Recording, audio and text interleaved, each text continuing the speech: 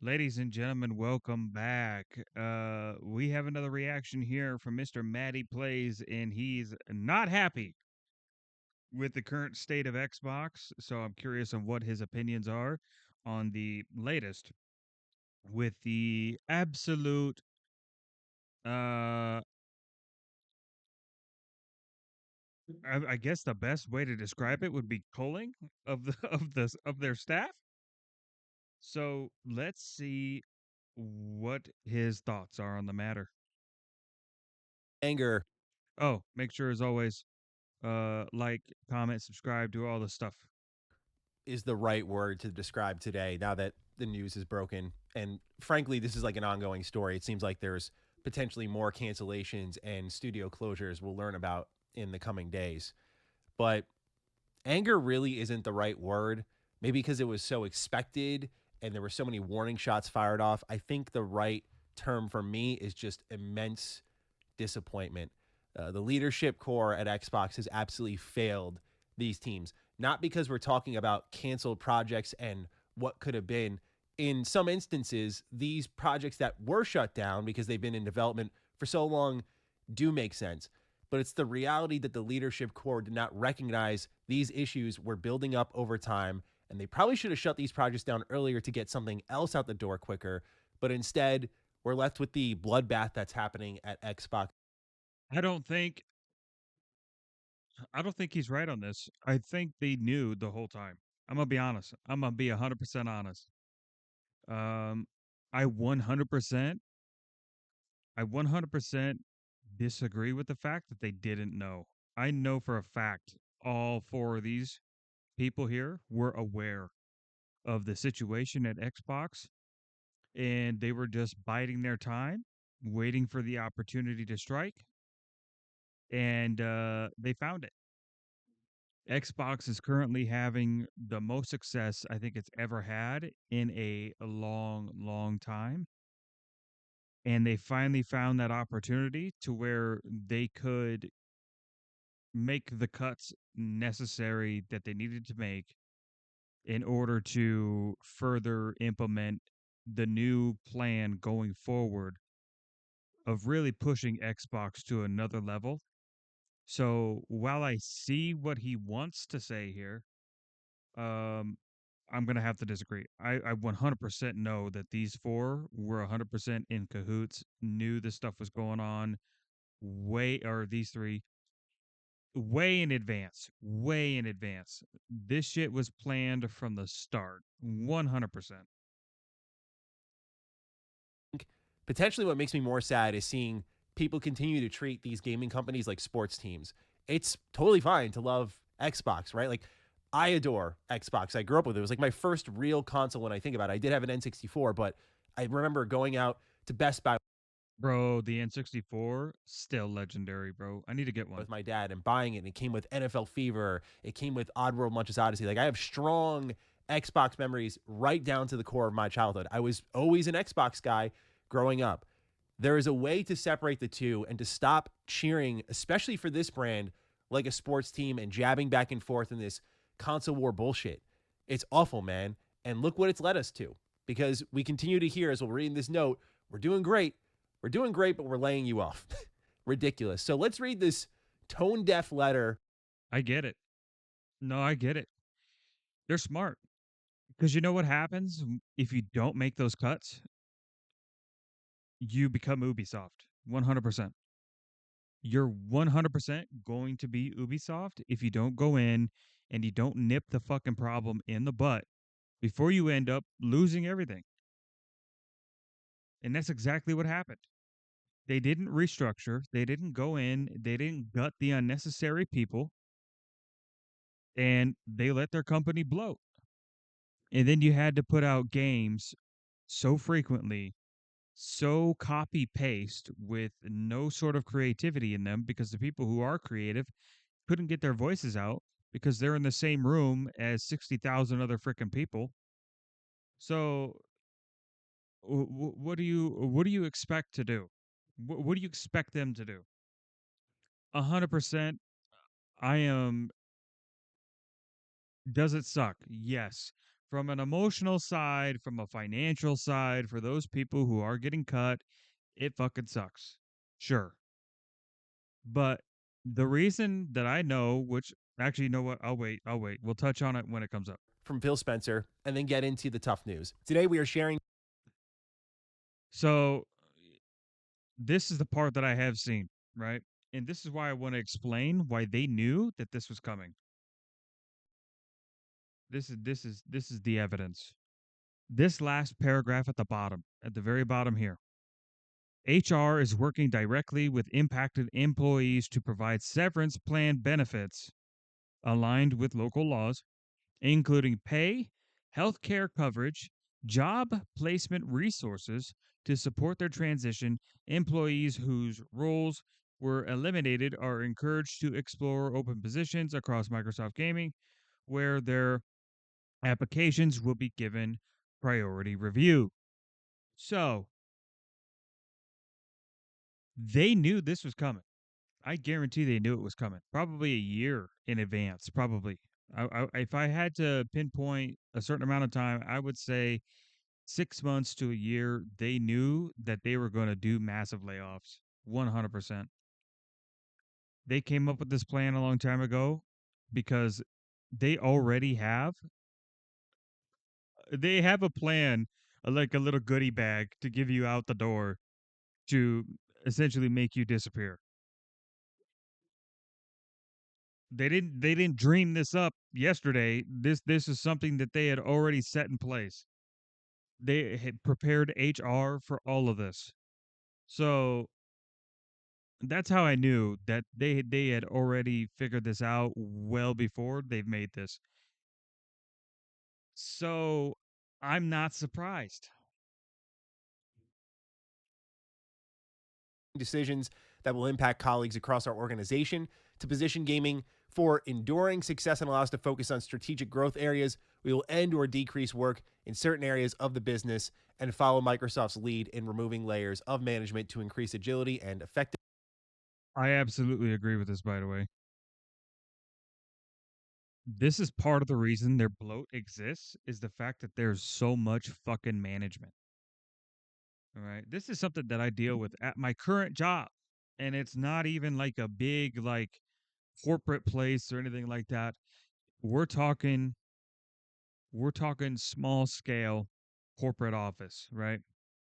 But you have, okay, you have a general manager, you have a store manager, you have an assistant store manager, um you have shift managers, you have shift leads, you have all these layers of people wanting to act like the boss and make decisions.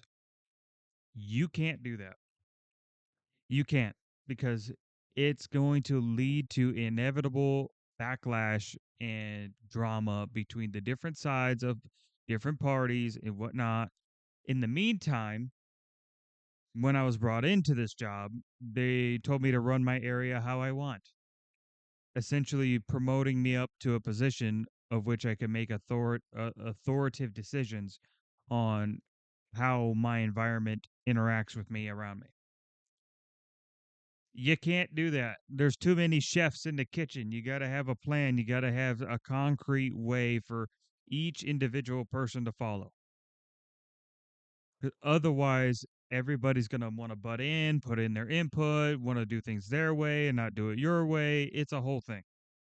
There's a reason why there is a specific system in place that everybody is required to follow, and why there should only be, you should have, so if I were to simplify everything that I said before, and I were to create management for said place, I would say, give me a district man, or not a district manager, a GM, somebody who is responsible for reaching out to distribution, for um, kind of mitigating those interactions with, the different fucking people that you do business with. Then there should be a store manager, somebody who is strictly in charge, and an assistant store manager is fine as well. So those three positions are fine. Then you should have a lead for a specific shift during the day. So if you have first, second, third shift, there should be a shift lead for first shift. There should be a shift lead for second shift. Same thing for third shift. That's it. One. Nobody else. Their only job is to jump in wherever they're needed and be able to navigate everybody's role. If they are going to act like a manager, they should be trained like a manager. They should be a chameleon. They should be able to blend in and work in anywhere they need to make the store function. As the lead on that shift, your job should be to glue everything together so that it works as it's supposed to work. Now, that is for a small scale job. Now, blow that up to a Microsoft gaming studio with 60,000 employees. How many of those extra layers of management do you think are in there? How many useless positions do you think probably got added in there? Because those extra layers of management came up with their own positions that they wanted to fulfill. That's an exponentially worse problem because you go up to your, let's say you need to go up the corporate ladder to get a decision done for a creative idea on the next Halo game. Well, you then have to go through 15 extra fucking people. And by the time it reaches the person that actually can make said decision, like, I don't know if you guys ever did this, but, um, and I promise you this ties in. When I was in school, we did a class trip to kind of like a team bonding sort of thing. And one of the activities that we did was we all stood in a massive circle. The person who was teaching us the I don't know what you would call them, like the team uh counselor or whatever. What they did was they whispered in the person's ear next to or to start the circle. They whispered in the person's ear a phrase. So let's say the phrase was, I like bananas on Sunday.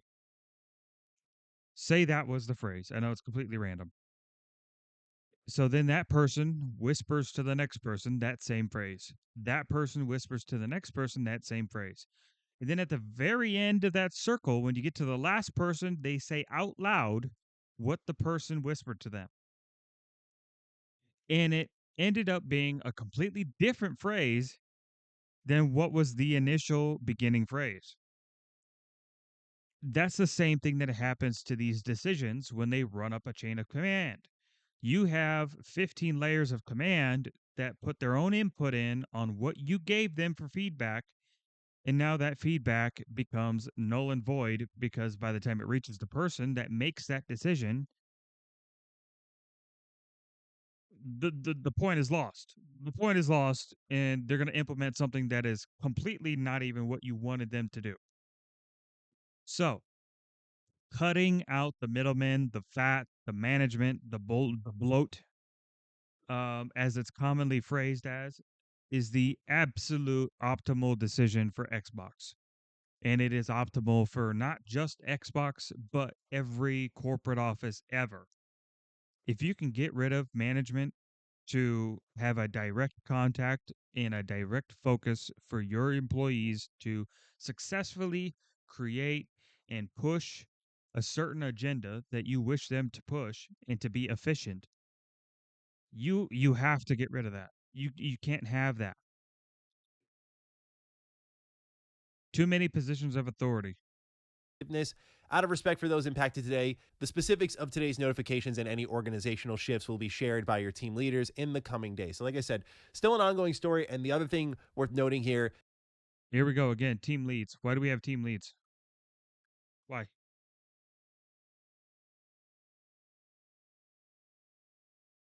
is they're clearly trying to obfuscate the information as best they can because Also, y'all can't see it. Hold on. Shout out to Maddie. He got the Final Fantasy Magic the Gathering in the background there. Yeah, I noticed, bro. Nice, nice, nice. I still got to get a box of that myself, to be honest. I think this is much worse than we already know. That is my read of the situation. And there's a reason why it's being staggered out and it's not one fell swoop. There's a reason why they're trying to spread this out because I think it's a lot more than we understand. Continuing on, I recognize that these changes come at a time where we have more players, games, and gaming hours than ever before. No note on sales, by the way. Our platform, hardware, and game roadmap has never looked stronger. The success we're currently seeing is based on tough decisions we've made previously. We must make choices now for continued success in future years, and a key part of that strategy is the discipline to prioritize the strongest opportunities. We will protect what is thriving and concentrate effort on areas with the greatest potential while delivering on the expectations the company has for our business. This focused approach means we can deliver exceptional games and experiences for players for generations to come. Prioritizing our opportunities is essential, but that does not lessen the significance of this moment. Simply put, we would not be where we are today without the time, energy, and creativity of those whose roles are impacted. These decisions are not a reflection of the talent, creativity, and dedication of the people involved. Our momentum is not accidental. It is the result of years of dedicated effort from our teams.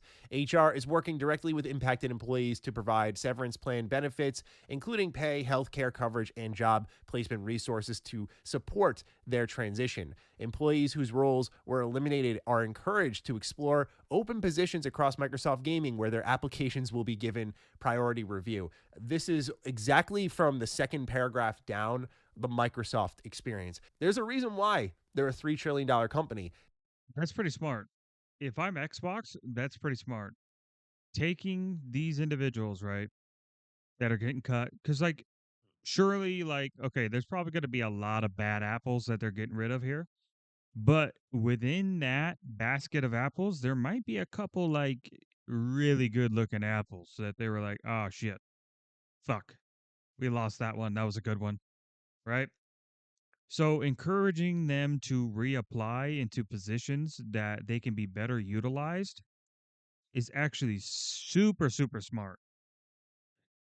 And on top of that, the priority review is the perfect way of saying, hey, those of you who truly do belong here, we'll find a way.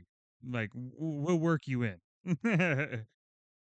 But this is clearly like I mean, it's pretty obvious. Like they're looking to get rid of the people who are causing all the fucking problems, who are slowing things down, who are making things inefficient. They're done. They're done. They know in order to push it forward, they need to get rid of people that are strictly there to micromanage, to slow progress, to create positions of bloat that are unnecessary. That look at Expedition 33. It was a 30-person dev team that made Expedition 33 minus, like obviously they hired out for a lot of stuff, but the point is 30 devs put their vision together. They made a spectacular game that's probably going to get game of the year. Like, let's be honest. I mean, let's be honest. There's nothing else coming out this year that's going to beat that. I mean, let's be real. They make a lot of money and then they make cuts and they make even more money to give themselves an even bigger earn. That is how they operate. So literally the blatant admission of we're laying you off. I don't think it's a I don't think it's a bigger earn. I think it's literal. I think it's for literal efficiency. They're getting rid of the people that are causing all the problems. So then in the future, when these big games that they have slated for next year, the year after that, there is no problems. And they can put full creative vision into these games without squandering budget on people who are probably better off getting their coffee in the morning. Let's be honest, okay? But you can come back probably under a contract. So we have to pay things like benefits to you, and we're going to save more money and get the same talent.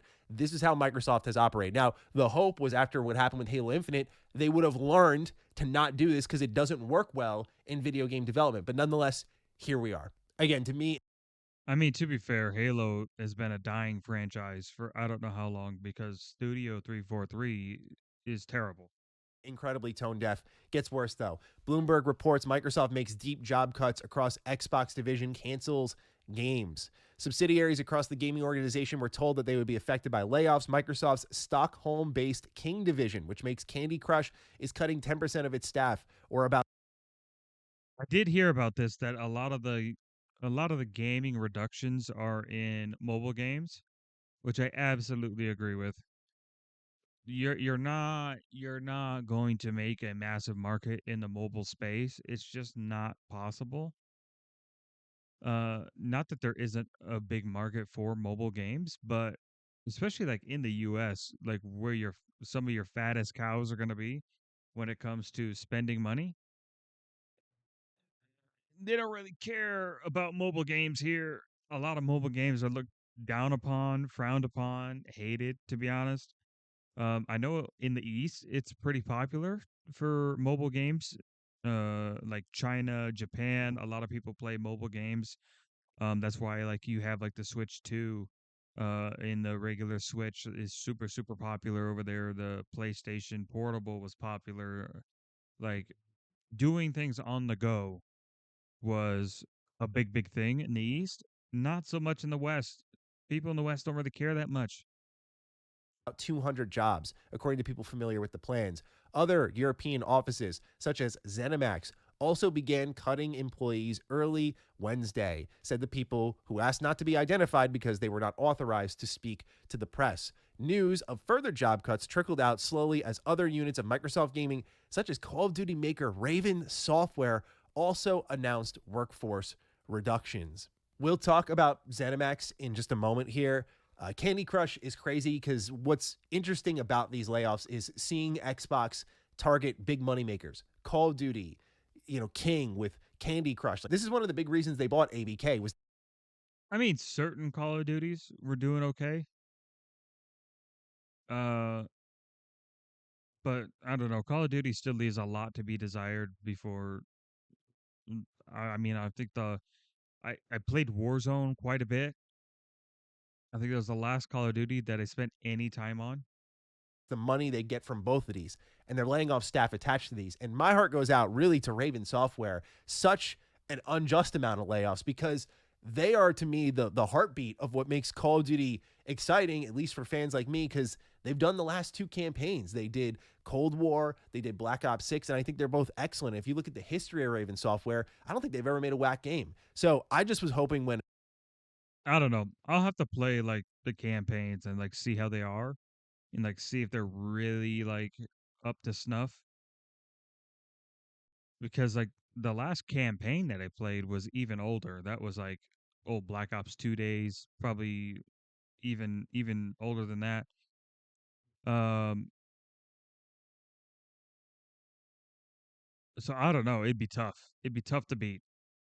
Xbox bought them up, that this would be a company freed from the shackles of Call of Duty. Instead, they've been tied closer to it and laid off, like forever cementing their status as a Call of Duty support studio.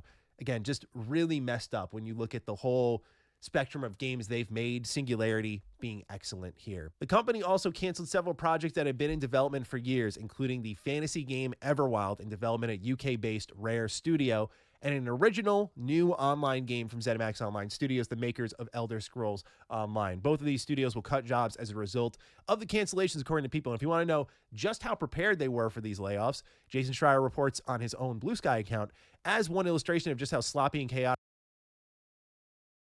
like today's mass Xbox layoffs have been. Some employees at ZeniMax Online Studios are now watching their Slack accounts abruptly get locked out. No message from HR, no word on whether they still have a job, just an ominous Slack deactivation. So, yeah, very classy there. All right, so ZeniMax Online Studios, new IP. I really don't think that's a big deal. I think that's overblown. I mean, obviously, like when you're out of your job, they're going to cut you off from any sort of company resource because that's just how it works. I know places like uh there's a place called Menards, which is like a I don't know what's the best way to describe it. It would be I don't know what they classify as far as like a store goes, but they're like a basically like a home store. You can get anything from bathtubs to beds to hardware, whatever you need. It's that type of place, right? And I know like when you get done with employment with them, they literally walk you out the door. Or like if you get fired, for example. I don't know obviously if you get laid off or whatever, but if you get laid off or fired, you're walked out of the facility. Like just so you're like it's not like, you got to turn everything in and they literally escort you out. So it's like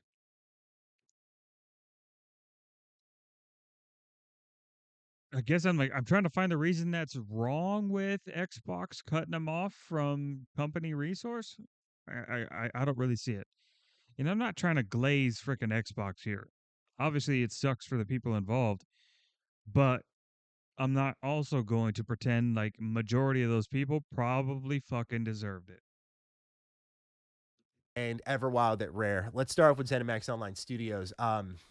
This one sucks, man. I mean, you've heard me in the videos. I was cheering for this team so hard. I did a retrospective recently on ZeniMax Online Studios with Elder Scrolls Online and just talked about How is Elder Scrolls Online doing?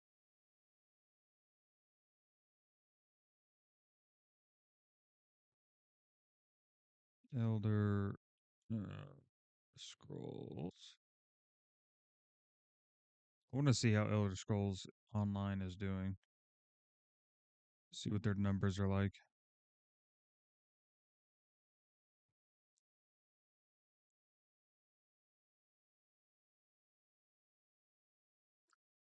So this is Elder Scrolls Online on Steam. This is Steam charts. Okay, you got about 13,000. So they're doing decent. They're doing decent. Yeah, I mean their numbers look okay. I mean they had a pretty bad period right here, but other than that, they're pretty consistently up and down, up and down. Another bad spot here, a big spot there. Um, but yeah, they're doing fine. I I don't see the issue here. Uh, I think it's perfectly fine that they're doing some layoffs, they're cutting some fat. I don't know what the ratios are for these layoffs, by the way. I don't know. I know from the numbers that I was seeing, it was like 9,000 employees or something like that. So, you know, how much I love that game and how impressive I think it is to have a team that's not Bethesda Game Studios take I couldn't get into it though, to be honest. Elder Scrolls Online was tough. I stopped at Ellisweir. I couldn't play it anymore. that Elder Scrolls IP and make something that feels really worthy of that name, especially when it's such a dramatic shakeup. You know, I look at Fallout 76 to the rest of the Fallout franchise and then ESO versus the rest of the Elder Scrolls franchise. And I think the way it just blends in perfectly, mostly thanks to its world, but also the hard work. Well, to be fair, Fallout 76 ruined itself. Let's be honest. It it's probably like top 10 worst game releases of all time. That team put in, they earned their right to go and do something on their own. Now, we don't know what the status of the project was. We don't know if they were really in development hell, but they kept hiring up for this game. It was like 400 plus people working on it for 5+ years. And so it could have been one of those projects that we'll talk about with the initiative in Perfect Dark, where it's spinning its wheels for a while and it's still years out and the investment might not be worth it. But as a fan of ZeniMax Online Studios, my heart goes out to them. This like was one of the games that I could not wait to learn more about because I think they learned so much with Elder Scrolls Online. And I don't think it's the worst fate to be just tied to Elder Scrolls Online, but it's really cementing them as only doing that. And I just wanted to see them break free. What could they do on their own? To know that that's no longer going to be the case, to know that ZeniMax Online Studios is just forever the ESO developer. They rolled in teams that they shut down from Bethesda, like Alpha Dog and Roundhouse, into ZeniMax Online, likely to help accelerate what was happening with this new IP. The amount of investment and resources gone into it, just a real story of what could have been. And I hope we do get a scoop on this because I'm so curious what exactly it was, but what led to its cancellation because it is the one, admittedly, we're most in the dark about. We never got an official announcement. And I know a lot of people justify these things like game cancellations happen all the time, but this bad boy leaked years ago. And I thought any day now we'd get a reveal for it. You saw my Xbox. I think they probably I think probably what happened.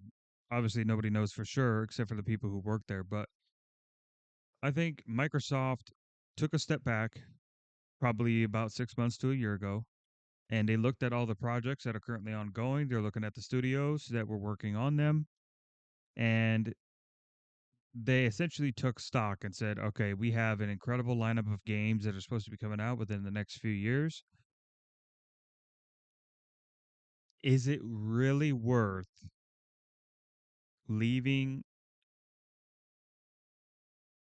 is it really worth leaving things as they are or do we need to do a resource management?"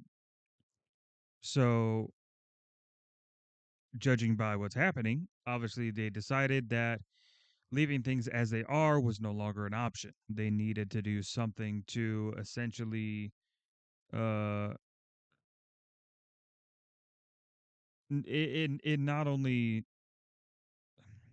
I guess like resource management really is the best way to put it because they probably saw these studios and they were like, okay, you've been working on this for a couple of years. This is the progress you've made. Clearly, something's wrong. So, we're taking full creative control of this. As you are a studio under our umbrella now, you're done. You're done. Uh, I'm assuming that's what happened, right? And they essentially said, since you can't be efficient, we'll make you efficient. They're going more the 10-cent route, right? We're going to cut freaking 30% of your staff and you're all going to get essentially trained to be super soldiers or find new jobs. Pretty much what they're doing. Because 10-cent, when they buy people, they make that shit efficient. They go in there, they'll cut people, they'll lay out the new plan for everybody, say, this is what you're doing, this is how you're going to do it. And uh, we expect great things from you. That's pretty much all they give you. I think Microsoft is taking that same route. They're going into these studios. They're saying, "Why are you keeping this game alive? Fucking kill it. It's done with. Why are you still working on this project that you've been cooking on for 5 years? Why have you only made 30% of the progress when you should have been at 80% of the progress? You're done. Cut the project. You're done." All right. I think literally that's exactly what they're doing. They're going to each one of these studios and they're saying, "Hey, what are you working on? Why is it taking so long? Here's your new plan. This is what you're going to follow. We expect good things." That's what they're doing. Showcase predictions videos. The more I think about it, the more it makes sense because of how like very targeted these layoffs and these cuts are and what people they're targeting with these. So like what positions of people, I should say. It's like I called it, I think 2 or 3 years in a row. Certainly, this has to be the year. I guess now it makes a lot more sense since it was on the brink of cancellation. But how just was it? This is a trend since Xbox bought ABK, going back to Odyssey, the Blizzard survival game, where if you're a game that's been in development for 6+ years, you're getting the axe. That gets into Everwild. Everwild was announced in 2019. Definitely one of the biggest Xbox mysteries, but also a game that people were cautiously and understandably excited for. Rare has something with Sea of Thieves, but Rare is not known for games like Sea of Thieves. But now, just kind of like with ESO and ZeniMax Online Studios, it looks like Rare's identity is going to exclusively be for a long while Sea of Thieves. What we're getting into and why these layoffs and studio closures and game cancellations are so unfortunate to me is not just because of what could have been, but also the message it sends. It sends the message that this is like a stagnant company. This is the status quo moving forward. You get your Sea of Thieves from Rare, and that's it. You get your Elder Scrolls Online from ZeniMax Online Studios, and that is it. And there is not that excitement anymore of, oh, Xbox and Microsoft with all this money and buying these teams that have so much potential. What could they make out of it? They're taking the safe choice every step of the way to create this quote sustainable business, which is hilarious given the profits that they've seen, not just in Xbox, but Microsoft as a whole. I don't agree with this. I really don't. I really don't. I think they're doing exactly what they said they're doing. I do think they have projects for these teams, but I think they realized that they let them do their own thing, and their own thing ain't working. So they're essentially, instead of letting them have that freedom, they're putting them on the corporate plan, and they're saying, "Hey, this is your new project. This is what you're doing, whether you like it or not. This is how we're going to run things now." I think they're literally just putting the hammer down finally and just saying, "We're tired of being the laughing stock.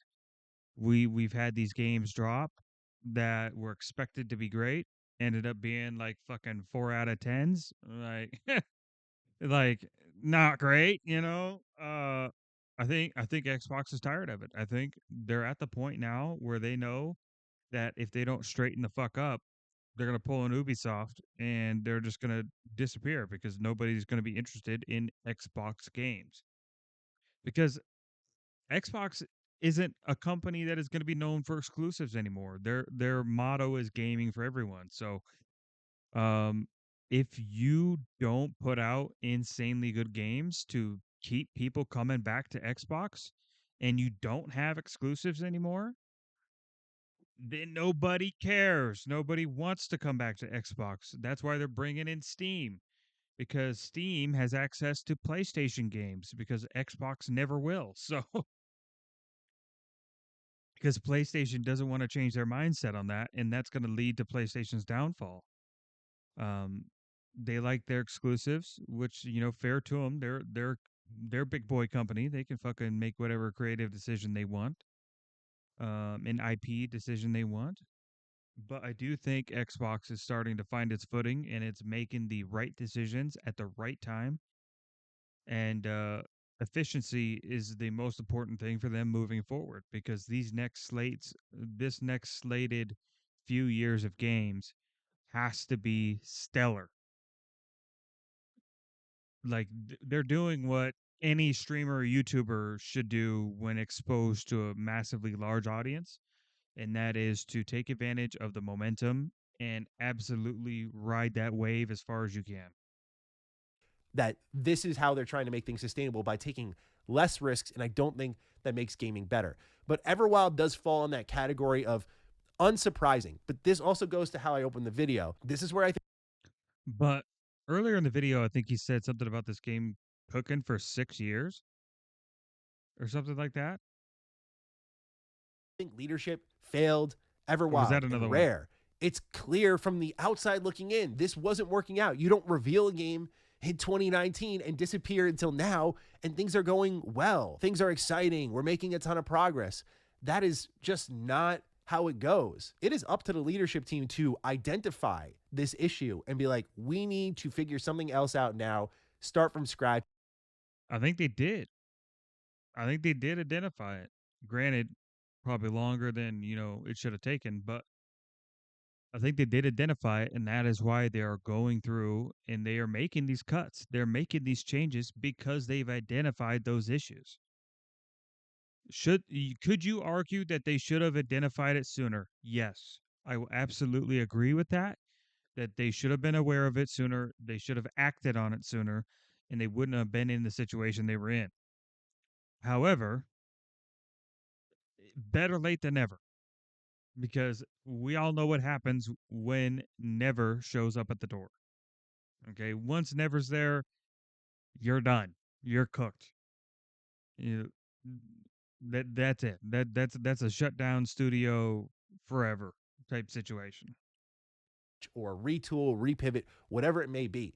That is my read of the situation, is how leadership has failed a lot of these teams to readjust them or reorient them.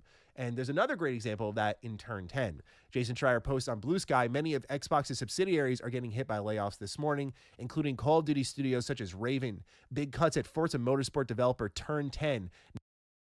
Absolutely. Nearly 50%. Now, I don't know about Raven, like we were talking about before, but I do know about Forza. Both Forza Horizon and Forza Motorsport, two of the most disappointing games I've played. I'm gonna be honest. The latest Forza Horizon was fucking terrible. It was. It was. They didn't listen to the players at all. All right.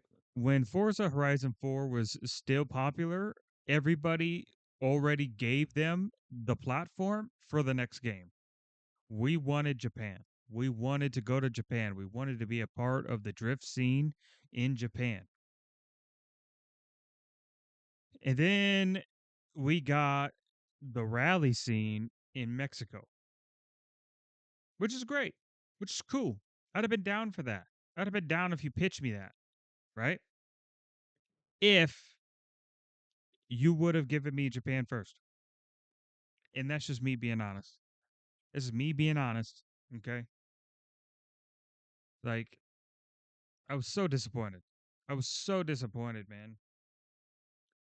Like, everybody wanted it to be Japan. And also on top of that, Forza Horizon was probably one of the buggiest game releases I have seen for a studio. Now, talking about Forza Motorsport had a whole separate issue where it really just wasn't that fun. If I'm gonna play Forza Motorsport, I'm gonna be honest. I'm gonna get a PlayStation and I'm gonna play. I'm gonna play Gran Turismo. I'm not gonna waste my time with Forza Motorsport. I'm gonna be honest with you.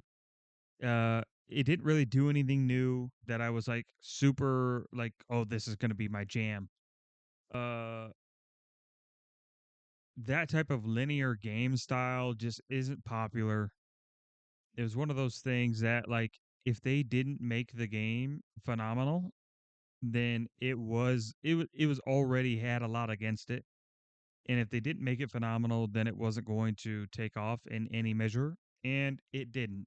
It did horribly.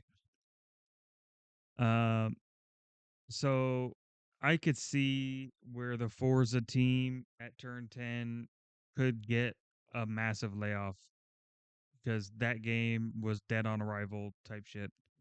Not like Concord levels of dead, but it did like a sparking zero. It came in, did its thing, and then absolutely died off so fast that everybody was like, "Well, what the fuck happened to this game?" Nearly half of the staff per a source. Half of Turn 10. You realize how unbelievable that is? Forza Motorsport has been, while it's not like the sexiest game, or it's certainly not a game I play much or talk about, Then what are you arguing for? If the game is that bad, then it shouldn't be defended.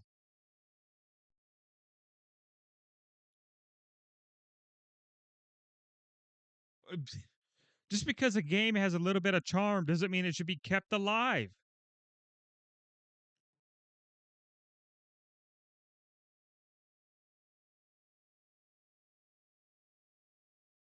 Like, what are we doing?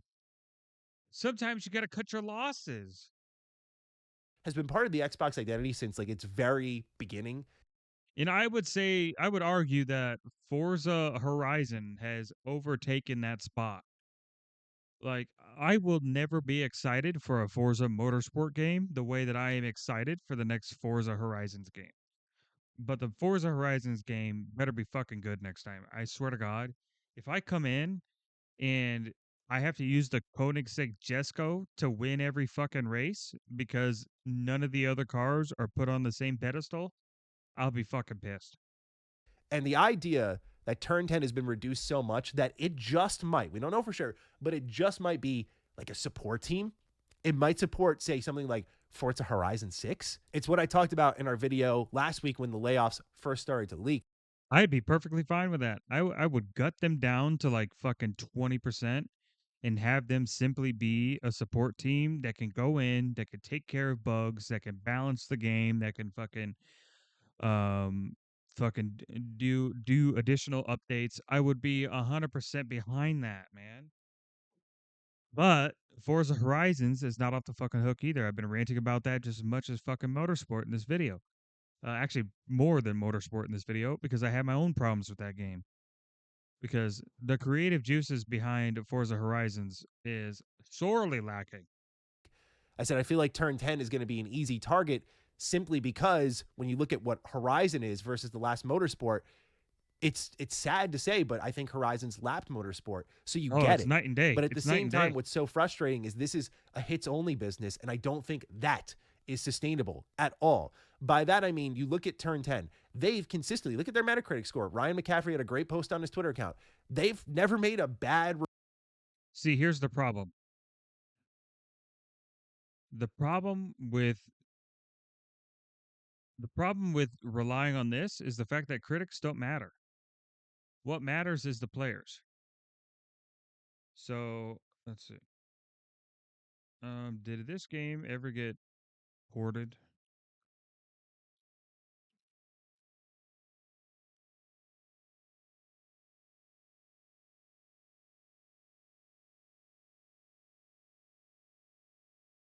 Here we go.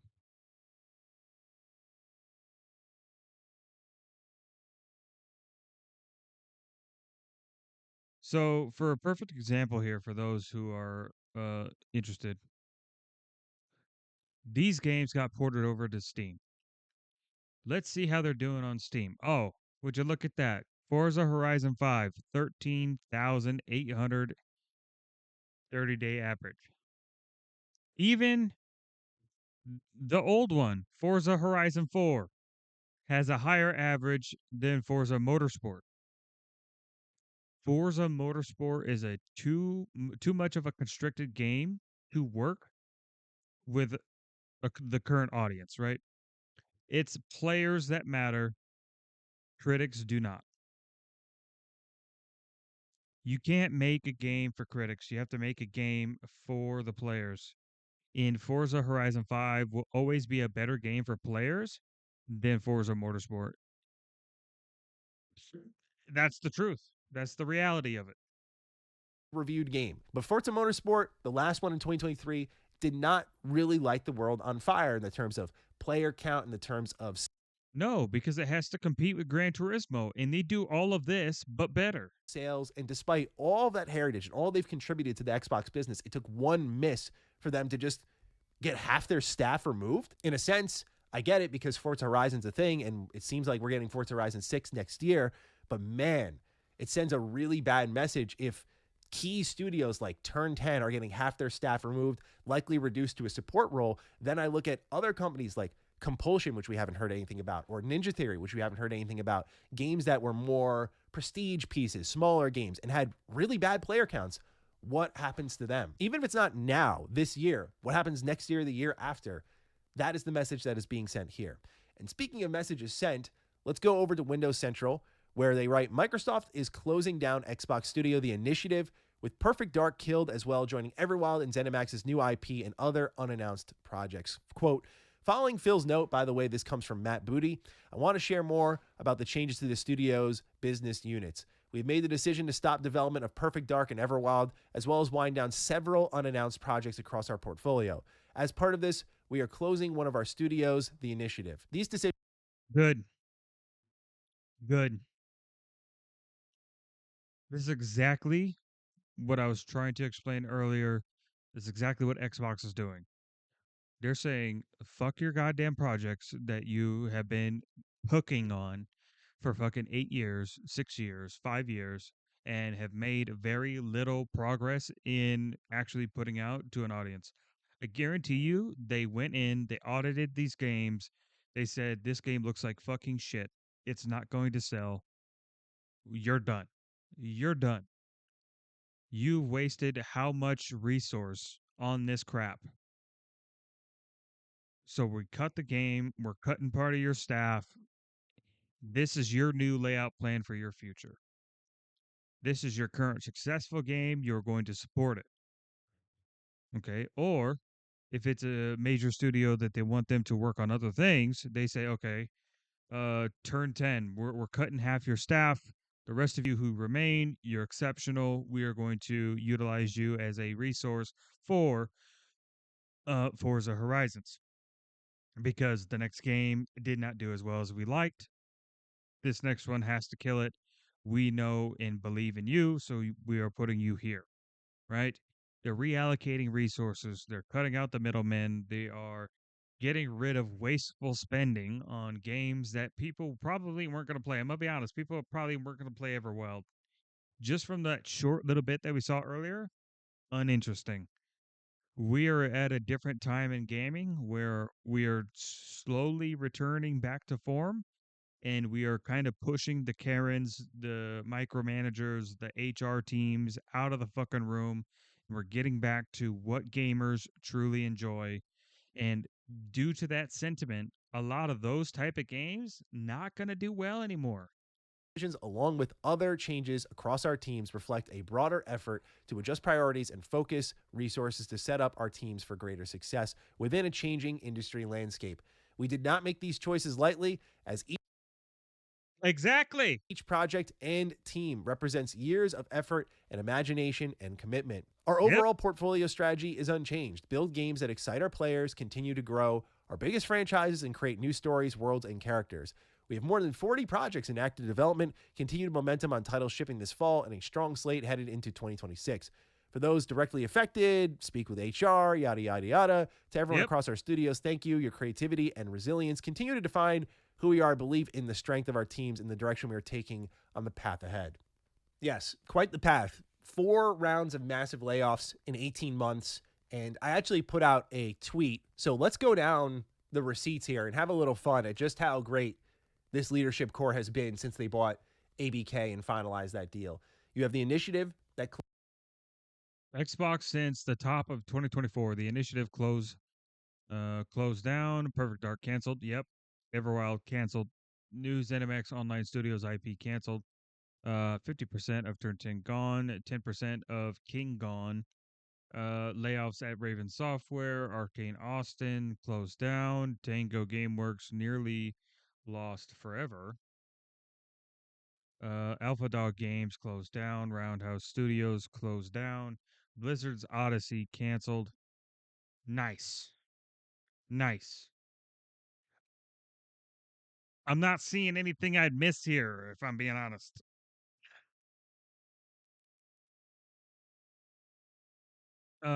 This is clearly a slap in the face for the actual good people at these studios, right? But these are probably studios that had a lot of mixed in bad actors who were essentially making things too difficult for Xbox to expand as they are currently doing. Uh,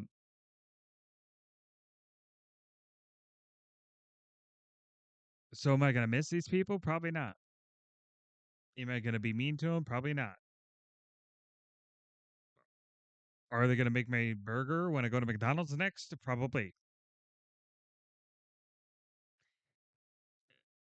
But the ones that are good, hopefully Xbox is paying attention. And when they look at those priority applications, they can find those people and truly put them to better use than they were being put to at these studios.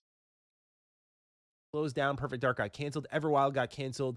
ZeniMax Online Studios' new IP got canceled. 50% of Turn 10 is gone. 10% of King is gone. There were layoffs at Raven Software. Arcane Austin closed down. Tango was nearly lost forever. Fortunately, Krafton saved them.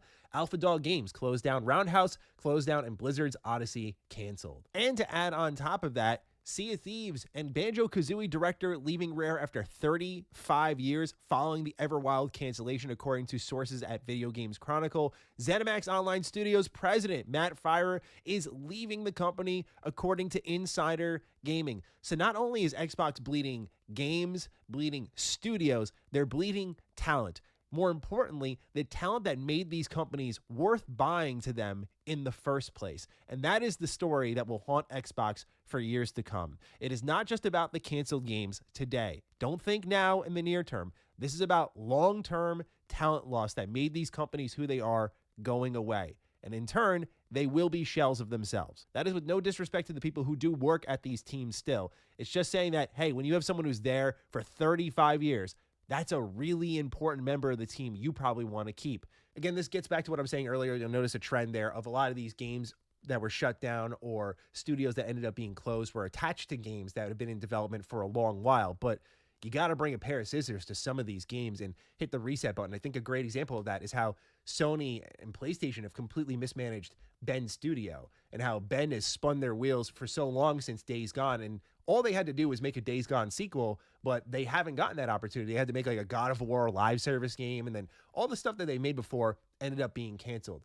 So it's just greatly frustrating. So Perfect Dark, this is really disappointing because it just feels like the immersive sim genre is dead. And I thought the slice we saw of Perfect Dark looks really good. I remember my reaction immediately being, okay, let them cook. This looks really good. And there was part of me that did watch that gameplay a bit with an eyebrow raised of, is this real? And I think this cancellation and shutdown confirmed something to me. Again, just a complete assumption here, but it seems to me like that was just a really nice, polished vertical slice. Everything surrounding it was not good to go, and this project probably needed more than another 2 to 3 years to get out the door. And why this is all happening is in a hits-only business, or when your management lets you spin your wheels for so long and your budget gets higher and higher and higher, this is not rocket science to any of us on the outside. Yeah, you're going to end up having budgets that are sky high, and that puts pressure on the product to perform sometimes in very unrealistic ways. Like, I think Perfect Dark had a ton of potential, looked great. I think it would have spoken to the immersive sim fans out there. I could agree with that. I could agree with that. Out of the games that were cut, Perfect Dark, I would definitely say had the most potential. But if it really was such a absolute spaghetti monster mess behind the scenes, I also understand Xbox saying, no, you had your time. You didn't make the progress that we wanted you to make. So it's done. We're not allocating any more resources to you to fund this project. Provided it delivered on what we saw on that vertical slice. But how would it have done long term, right? We have the initiative that starts from scratch, is like an all-star team of talent. That whole squad pretty I also I also want this culture of gaming to stop. Stop putting out these stupid cinematic trailers with no gameplay. It should be illegal to not show gameplay when showcasing a new game. I find it incredibly fucking annoying. Granted, I understand you got to put hype around it and stuff like that, but I would rather have a small cinematic trailer with a little bit of gameplay just to get you like kind of tuned into it, and then they could take audience feedback, they could take feedback from other members of their same community, and even people who work alongside them to continue to improve the game moving forward, so then we have a less of a chance of these games. Because like that's the whole reason Marathon got stamped out right away, is because they released early footage, people said no, so they knew, okay, perfect. Let's not waste any more fucking resources on this thing. It's gonna die on launch. It's gonna be a Concord if we do this. Let's not. uh, it's better to take the hint and just move on than it is to beat that dead horse as many times as you can, and then you release a game that it becomes a Concord, that becomes a fucking, what's another disappointing game? I think what was that other game that was like fairly recent? Was it called um,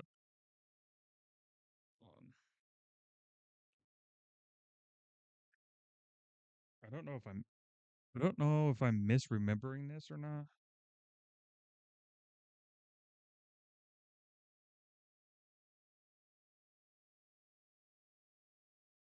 Yeah, South of Midnight is that other game.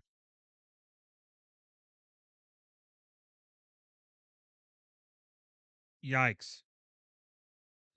Absolute yikes. much leaves, and then they start replacing that team. I think over half that team left. And I remember covering it being very like, what's going on here is not okay. Remember the Xbox fans out there like breathing down my neck and borderline harassing me over it. I backed off. I went, okay, let's see how it goes. They bring in Crystal Dynamics because the head of that studio at the initiative originally worked at Crystal Dynamics. So I went, all right, this makes sense. This should help the project. We see a little bit of an update at the showcase. I go, all right, looks like it's on the right track. And then we see this. Clearly, it wasn't ready to show. Why do that to yourselves? But also, I think if you invest in a team building it from the ground up and most of that team leaves before you have anything to show for it.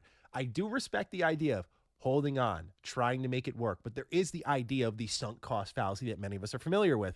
It's just Yep. not worth continuously investing in something that isn't working. It's time to pivot. But instead, we keep trying to brute force Perfect Dark and trying to make it work. And here we are now with no game to show for it.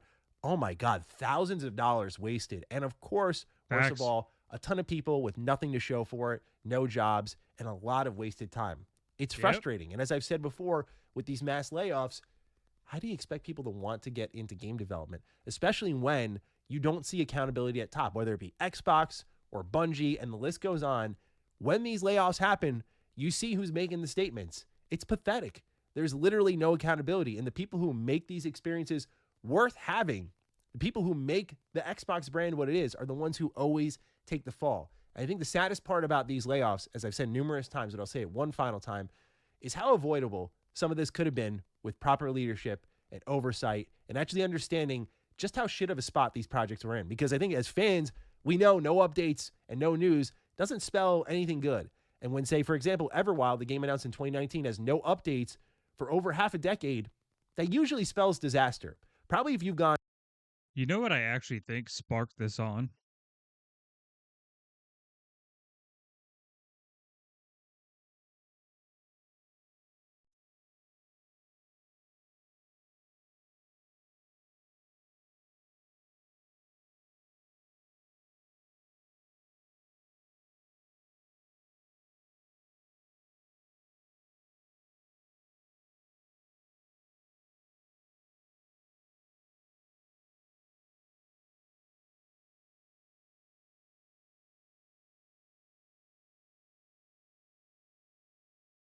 Here's your host, the creator of the Game Awards, Jeff Keighley. Tonight, we are going to honor the best games of the year and show you what's next with an absolutely incredible world premiere lineup.